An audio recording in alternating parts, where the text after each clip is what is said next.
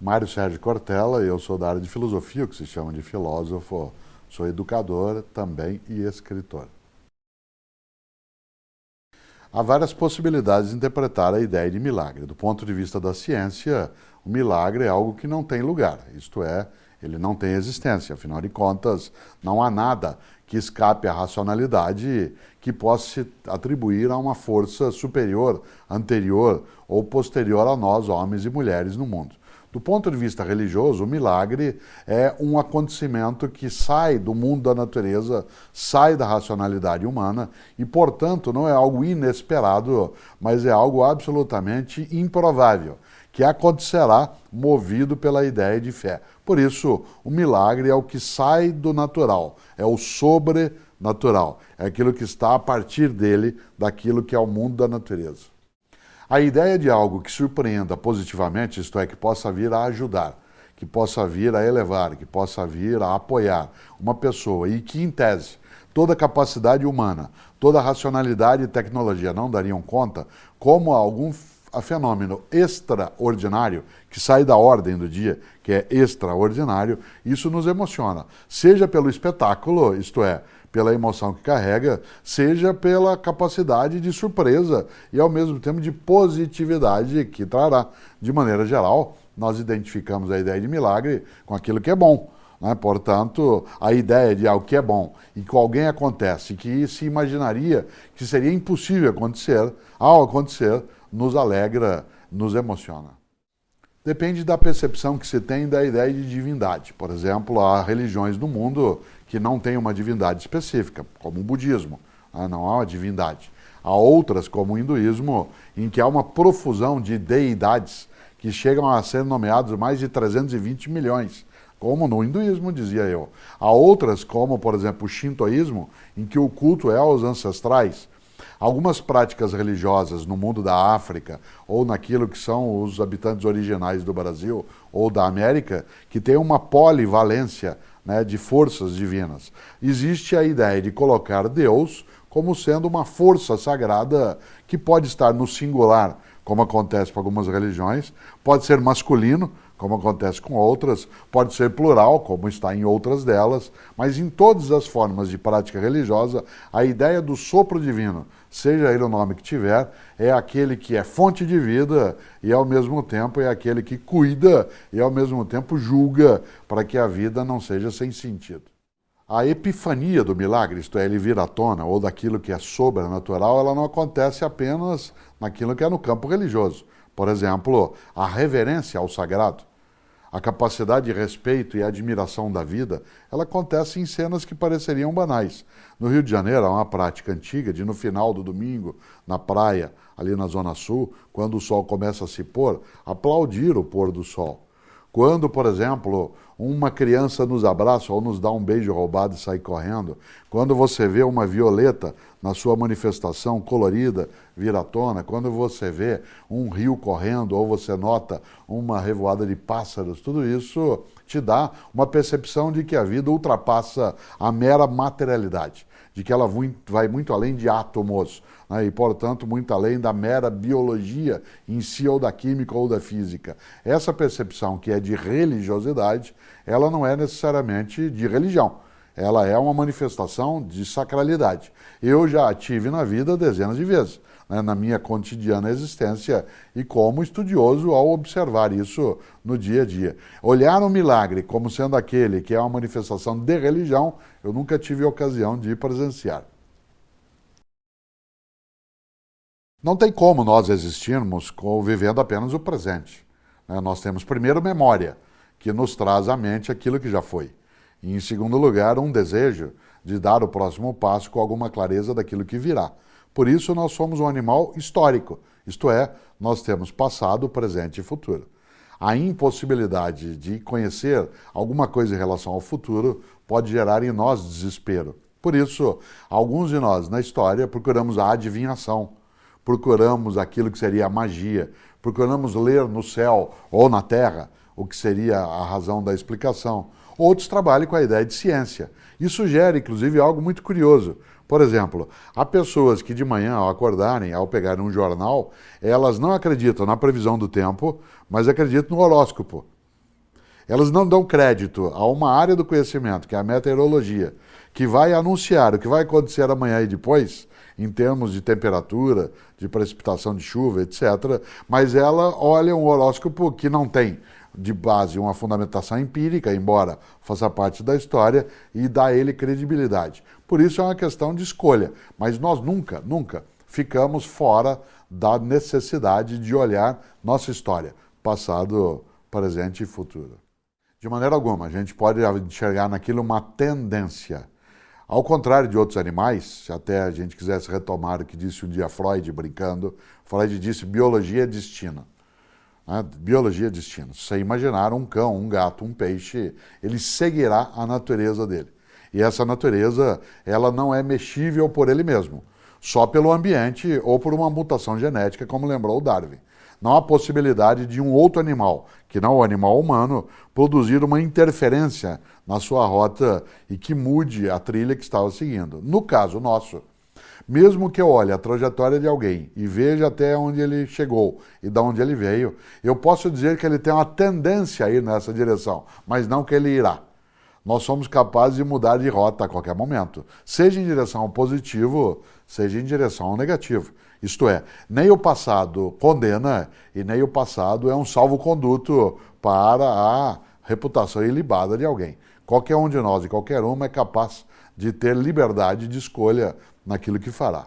Também é um dos nomes do livre-arbítrio, né? A ideia de livre-arbítrio está muito conectada a uma percepção religiosa. No primeiro momento, ela vem à tona a partir das discussões da Reforma Protestante, né, no século XVI, com Martinho Lutero, embora seja um conceito anterior, e ela rompe uma lógica que é a do mundo greco-romano clássico. No mundo greco-romano clássico, isto é, há 2.500 anos, a polidivindade, né, um mundo criado pelos deuses e por eles organizado, trazia uma percepção da vida que é trágica, a tragédia. O que é a tragédia? Os deuses decidem. Os deuses decidem. Tudo que o ser humano fizer não adiantará se os deuses tomarem uma outra posição. A concepção judaico-cristã, ela vai dar outra linha. Em vez de ser uma concepção trágica da vida, a concepção judaico-cristã ela é dramática. Se você observa, no livro original dos judeus, que os cristãos e islâmicos absorveram, que é o livro do Gênesis, a primeira menção, né, à vivência de homem e mulher, Adão e Eva, é que eles fazem uma escolha. Por que Eva fez o que fez? Que foi desobedecer. Porque quis. Ela não foi obrigada a fazer. Ela fez porque quis. Por que Adão foi parceiro dela nessa ruptura à obediência? Porque ele quis. Ele poderia não fazê-la.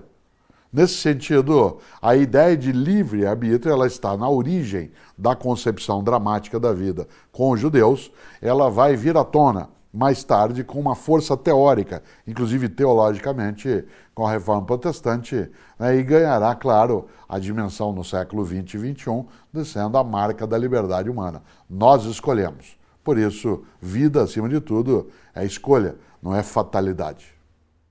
A melhor coisa é que nós somos capazes de ter dúvida. Afinal de contas, é a dúvida que te coloca na possibilidade de outras escolhas. É necessário muita cautela com pessoas que não têm dúvidas. É claro que você e eu não podemos ser alguém que não tem dúvidas nunca e nem que só tem dúvidas. Mas não ter dúvidas é sinal de falta de informação. Há um grande carioca, infelizmente, falecido em março de 2012, Milor Fernandes. Milor dizia, se você não tem dúvidas, é porque está mal informado.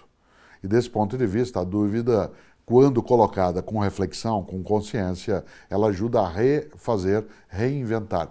A ciência, a arte, a filosofia, a religião avançam por causa da dúvida, não por causa da certeza. A certeza nos deixa onde já estávamos. A dúvida é que nos permite ir adiante. A dúvida ela é um tropeço.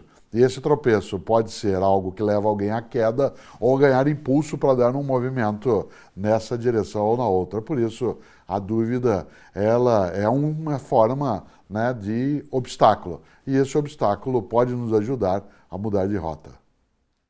Dependerá muito da religião. Há religiões que são sapienciais, isto é, aquelas em que você tem uma força de crença religiosa para poder viver melhor, refletir melhor. Portanto, como o budismo, né, como parte daquilo que é o hinduísmo, uma parcela do shintoísmo, elas são sapienciais, estão ligadas à sabedoria. Você as tem, né, para poder ter escolhas que sejam muito mais refletidas, muito mais meditadas. Outras religiões são religiões normativas, prescritivas, como é o caso das religiões do livro, né? O judaísmo, o cristianismo e o islamismo. Todas as três têm normas escritas, inclusive têm mandamentos fechados. E nesse sentido, ou você se enquadra, né, naquilo que está, né, na Torá, né, dentro dos hebreus, ou está na Bíblia cristã, ou está, né, no Corão dos muçulmanos, ou você está fora. Aí, desse ponto de vista, dependerá muito. Há pessoas que têm uma religiosidade que as deixa muito mais livres. Isso não significa libertinas, perdidas, mas mais livres para a escolha. Outras nem sempre. Agora, toda religião é a escolha de um caminho. E se você escolhe um caminho, você exclui todos os outros. Desse ponto de vista, não há como fazer escolha sem exclusão. Toda escolha é uma exclusão. Quando você me pergunta quem é você, ao dizer quem eu estou dizendo o que eu não sou. Eu não sou todo o restante, exceto aquilo que eu mesmo digo que sou. Quando alguém pergunta qual é a tua profissão, eu digo eu sou professor, eu estou excluindo o restante. Portanto, toda escolha é exclusão e religião é escolha. Religiosidade não. Religiosidade é um sentimento, uma inclinação, uma tendência a ter reverência pela vida. Religião é quando você pega a religiosidade e junta num credo, num sistema, numa estrutura. Portanto, você formaliza a tua religiosidade. A religião é a religiosidade formalizada. Religiosidade é um sentimento. A maior parte de nós tem uma religiosidade muito funda e uma parte de nós tem religião. Muitos que, apesar de alguns declararem que tem religião, o Brasil, por exemplo, é um país que tem algo inexistente, que é eu sou católico, mas não sou praticante. Algumas religiões nem entendem essa frase, porque se você não é um praticante, você não participa, né, daquela religião. Então, no fundo, a pessoa está demonstrando que o que ela tem é mais religiosidade do que religião. De fato, todo mundo, em todo tempo, tem alguma religiosidade. Algumas pessoas têm religião. Não existe religiosidade que não seja a partir de nós humanos. Não há religião sem religiosidade, mas há religiosidade sem religião.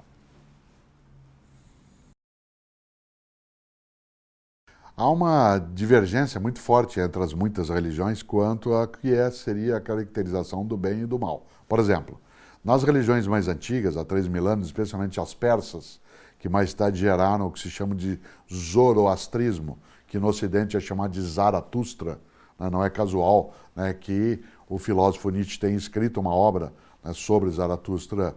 Na percepção do zoroastrismo, há uma divergência em que bem e mal são duas entidades reais, isto é, existe o bem e existe o mal. Você pega uma parte do judaísmo, ele terá também essa convicção de que existe o bem, que é Deus, e o mal, que é o demônio, que é o diabo, que é Satã. Você tem outras religiões onde essa questão não entra.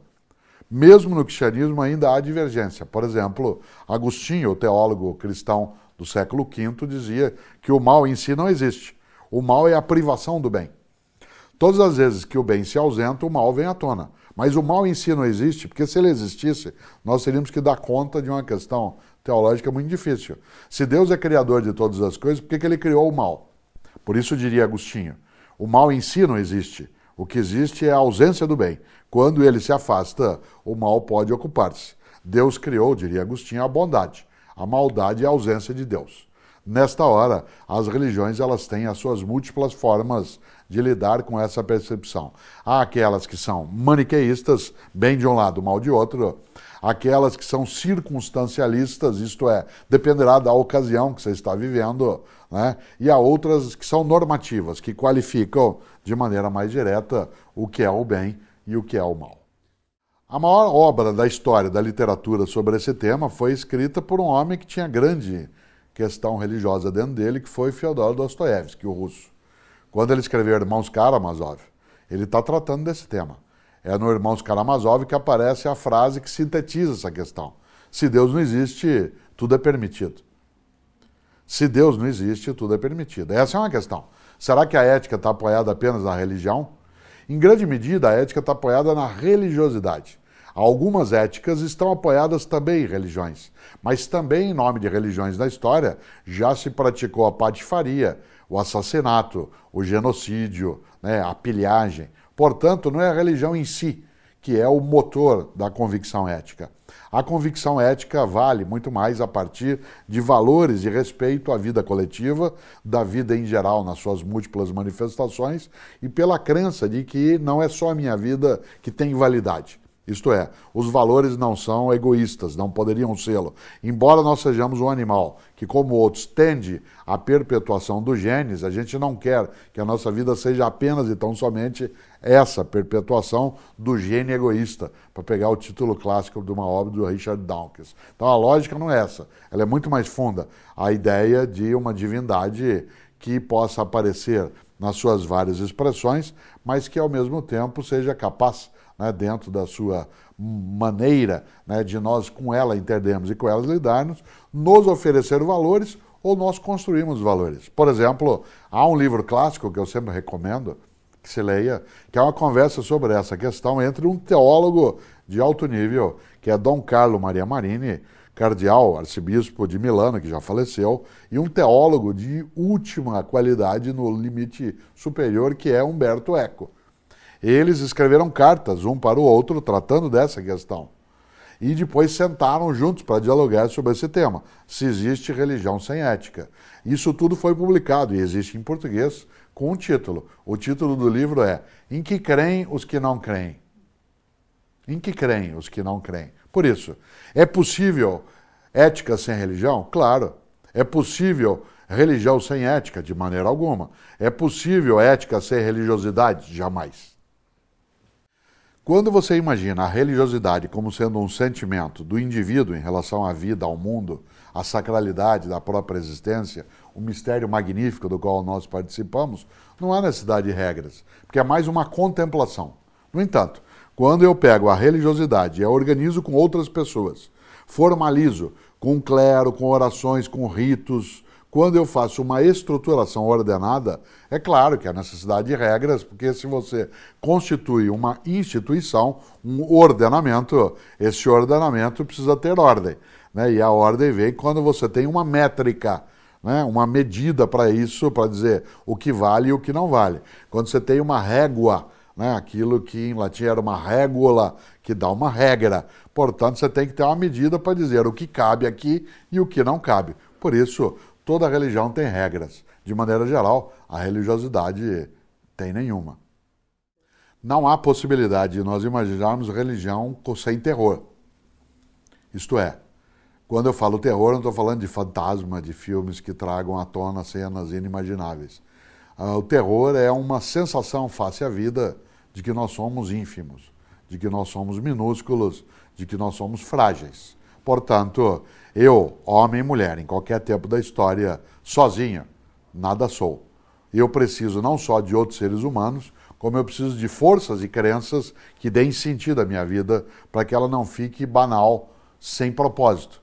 Nesta hora, a religião, a partir da religiosidade, vem à tona. Isto é, quando eu começo a crer que a minha vida tem sentido, que eu pertenço a um mistério que é maior do que eu, quando há forças que podem me ajudar ou me prejudicar, quando eu faço parte, de fato, de uma estrutura que se conecta e que eu posso nela me apoiar, a religião aparece como necessidade e o terror fica enfrentado. Qual é o terror? O terror de existir. Guimarães Rosa, quando escreveu, né, Grande Sertão Veredas, lembrou isso. O que é o sertão? A vida é o Grande Sertão. O Grande Sertão é o lugar do abandono. No Grande Sertão você não tem nada nem ninguém. Qual é a vereda? A vereda é a outra pessoa ou a religião. A vereda é aquilo que você encontra para escapar do Grande Sertão. E por isso que ele escreve no Grande Sertão uma frase clássica do homem do sertão, que é: viver é muito perigoso. Se viver é muito perigoso, é claro que a religião virá em meu auxílio. Ela poderá ajudar alguns a viverem melhor, de maneira consciente, e poderá fazer com que outros vivam de forma alienada, de forma robótica, de forma escravizada. Dependerá da religião, da pessoa, do tempo em que ela se coloca. Mas que a religião tem sim, como uma das suas causas, o terror, isto é, a estupefação, o espanto face à vida e a necessidade de afastar qualquer desespero, sem dúvida alguma. Quando o estupendo Michelangelo Buonarroti, um ateu, pinta no teto da Capela Sistina a clássica imagem de Deus e Adão quase encostando o dedo na criação, você não tem certeza se é Deus que procura Adão ou Adão que procura Deus. Mas nenhum dos dois quer o abandono. Se você olha, essa cena é repetida magnificamente por Steven Spielberg, no ET, quando ele traz de novo a cena em que o Elliot e o ET encostam o dedo e naquela hora acende. Você ilumina quando você assiste o filme. Porque como o dedo ilumina, a sensação de que há uma conexão e que você não está sozinho no universo, seja você um terreno ou um extraterreno, um ET, ela é fortíssima. Essas duas cenas, elas grudam na história humana. Uma pela arte do cinema, a outra no teto, né, do Vaticano. Nós temos que lembrar que há na vida humana uma grande questão. Em toda a história humana, a filosofia, a arte, a ciência e a religião sempre trouxeram à tona uma pergunta, que é a pergunta original. Por que é que existe alguma coisa e não nada? Por que é que existe alguma coisa e não nada? Isto é, porque existe em vez de não existir. Por que nós existimos em vez de não existirmos? Qual é a origem da vida? E a origem do mal? Por que vivemos para depois morrer? Faz sentido isso? Qual é a finalidade da vida? Seja eu bondoso ou malévolo, partirei do mesmo modo. Se parto, vou para algum lugar ou fico? Se fico, em quem fico? Fico em algo? Volto? Essas questões movem a arte, a filosofia, a ciência e a religião. Uma parte da filosofia, uma parte da religião, ela é movida pela ideia de alteridade. Isto é, eu, nesta vida, estou com outros e outras. Ser humano é plural. Tanto que nós falamos, por exemplo, na ética, em direitos humanos. Só existe plural em direitos humanos porque humanos somos plural. Existisse o único ser humano, não haveria questão do direito, porque todos eles estariam naquele que ali estava. Nesta hora, a percepção de alteridade é aquela pessoa que não sou eu. Mas mesmo eu não sendo, ela é como eu, ela é um outro humano. Nesta hora, ela é um outro e não um estranho. A ideia de estranheza, ela vem quando eu olho o outro como estranho, como alheio, como estrangeiro, como fora de mim. Não é casual que uma parte das religiões tenha proposto que se acolhesse o estrangeiro, aquele que não é como eu, de modo que se entendesse que aquele que não é como eu, ele é alguém como eu enquanto é humano. Daí a ideia de fraternidade. Não há possibilidade de separar fraternidade de alteridade. Na vida há essa possibilidade. Há pessoas que têm como lema fundamental, cada um por si, Deus por todos. E até como tema religioso. E há outros que têm como lema, um por todos e todos por um. Essa é uma escolha. Não é obrigado nenhum nem outro. Algumas pessoas acham que a morte ela é apenas uma passagem. Por isso ela não deve ser temida. Assim como na vida nós tememos nascer, isto é, o lugar mais seguro do universo é o útero materno, sair daquele lugar para este lugar onde estou agora deve ter sido bastante sofrido. Aliás, é tão sofrido nascer que a natureza tira de nós a memória disso. Todos nós humanos temos até 3, 4 anos de idade amnésia de primeira infância.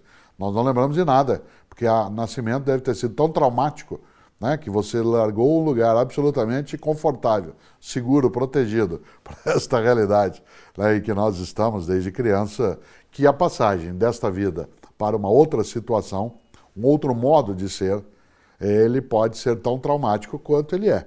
Por isso os gregos davam um nome, né, aquela pessoa que lutava para não morrer, que era agonia. Agonia em grego significa luta. Por isso, quando você está agonizando, você está lutando. Lutando o quê? Para permanecer. Pode ser que o bebê, também ao nascer, quisesse lutar para permanecer no lugar onde estava. Não se tem toda a clareza em relação a isso ainda dentro do campo da racionalidade científica. No entanto, a morte talvez ela possa ser lamentada. Chico Anísio dizia uma frase especial. Ele dizia, eu não tenho medo da morte, eu tenho pena. Ele dizia, eu não tenho medo de morrer, eu tenho pena de morrer.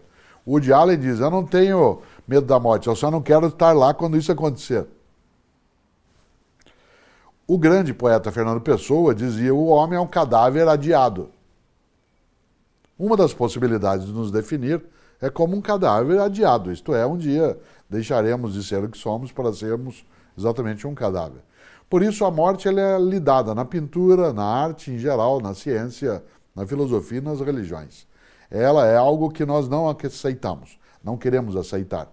Se você observar, o primeiro sinal de humanidade em toda a história são túmulos. Todas as sociedades em toda a história, desde o homem pré-histórico até hoje, os primeiros sinais de que nós éramos incapazes de aceitar o abandono do corpo é que a primeira coisa que você acha quando procura uma sociedade antiga são os ossos sepultados. Há alguns autores, inclusive, que dizem que nós nos tornamos sedentários, isto é, passamos a viver juntos num lugar fixo e não mais nômades, porque nós não queríamos abandonar os nossos mortos. O que aconteceu é que se diria que as cidades nasceram em torno dos cemitérios, e não o contrário. Os cemitérios vieram para as cidades. Outros autores dizem que, ao estudar, que nós humanos temos com a morte uma relação, né, de temor, outros de admiração. Baudelaire chamava a morte de irmã de caridade, aquela que o ia libertar, né, da vida sofrida. É uma questão de observação. Agora, quando você observa mais de perto também, se poderia dizer que a morte ela é algo que a gente precisa lembrar. Com ela a gente não se conforma, a gente só se conforta. A gente ganha força junto, a gente se conforta, mas não se conforma. Conformar-se com a morte é admitir que a vida é inútil. Conformar-se com a morte, supor que a morte ela seja algo absolutamente óbvio, isto é, que ela deva acontecer, é imaginar que a vida tem um sentido e um valor menor do que a que ela tem. A nossa recusa à mortalidade, o nosso desejo de imortalidade é uma afirmação da vida. Não é que a gente quer viver mais, a gente quer não deixar de viver. A religiosidade tem como uma das suas manifestações, uma das manifestações da religiosidade é a capacidade de não se conformar com a morte. Por isso, quando um de nós morre, nós temos que dar um destino àquele corpo inerte, de modo que ele não seja descartado. Alguns povos o sepultavam, o colocavam na terra, porque se suporia que da terra viemos, do humus viemos. A palavra humano vem de humus, humus é terra fértil.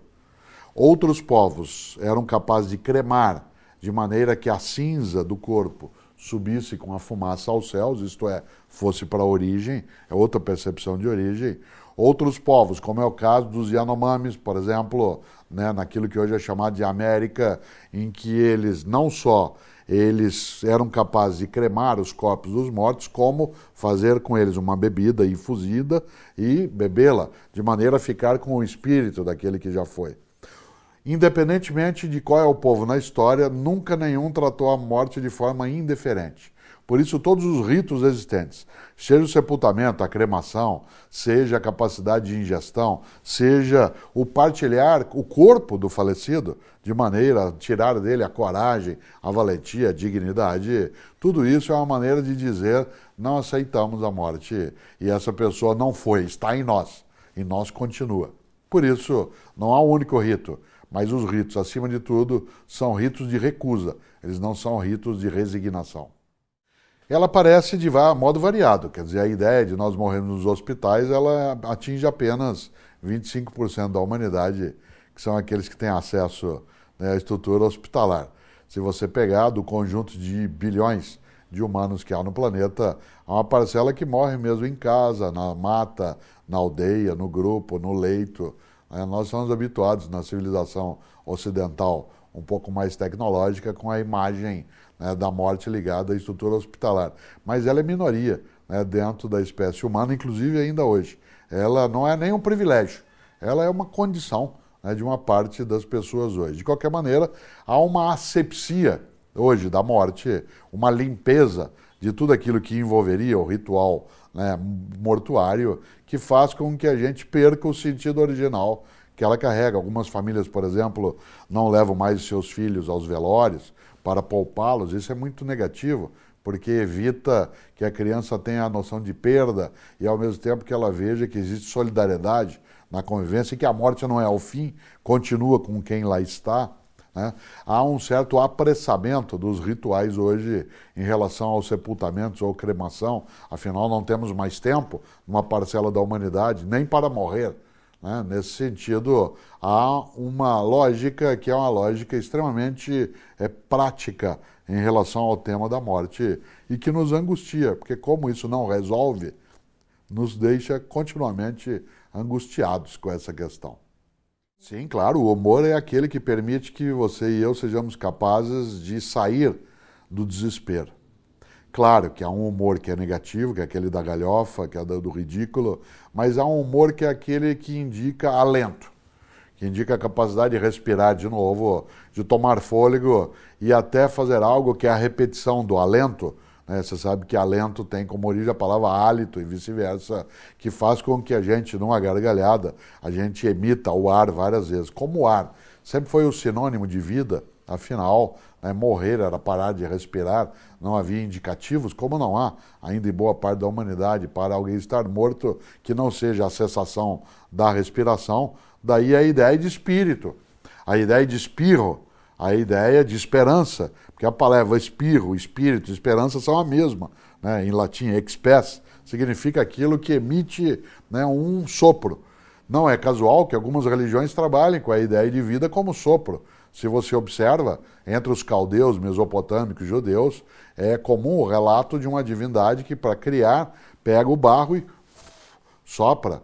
Se você olha no relato do livro judaico, na Bíblia judaica, todas as vezes que a divindade vai aparecer, antes vem um vento forte, um ruá, né, que se faz movimentar. A ideia do espírito, né, nas comunidades que a gente chama de indígenas, como sendo aquele que balança o lugar que está nas árvores, né, que faz com que haja um movimento, tudo aquilo que movimenta, porque a morte é a ausência de movimento. Então, tudo aquilo que movimenta, no caso, a vida, o sopro, ele marca essa circunstância. Variará da percepção religiosa que se tenha. Algumas pessoas imaginam, como é o caso, por exemplo, né, do budismo, que esse sopro volta para a fonte original, né? Isto é, ele vai de volta para onde ele saiu, porque nunca saiu. Ele apenas se manifestou daquele modo naquele tempo. No hinduísmo, ele retorna também para a sua fonte, ele se agrega a essa fonte com as 3 fontes básicas de sopro, né? Vishnu, Shiva, né, e Brahma. Se você olha na percepção dos cristãos, dos judeus e dos islâmicos, você tem esse sopro que vai para um lugar que aguarda o juízo final, quando então haverá a possibilidade de você se juntar à fonte de origem ou ser dela descartado. Né? Há muitas maneiras de olhar essa convicção. O que há uma certeza em todas elas: o sopro não é inútil.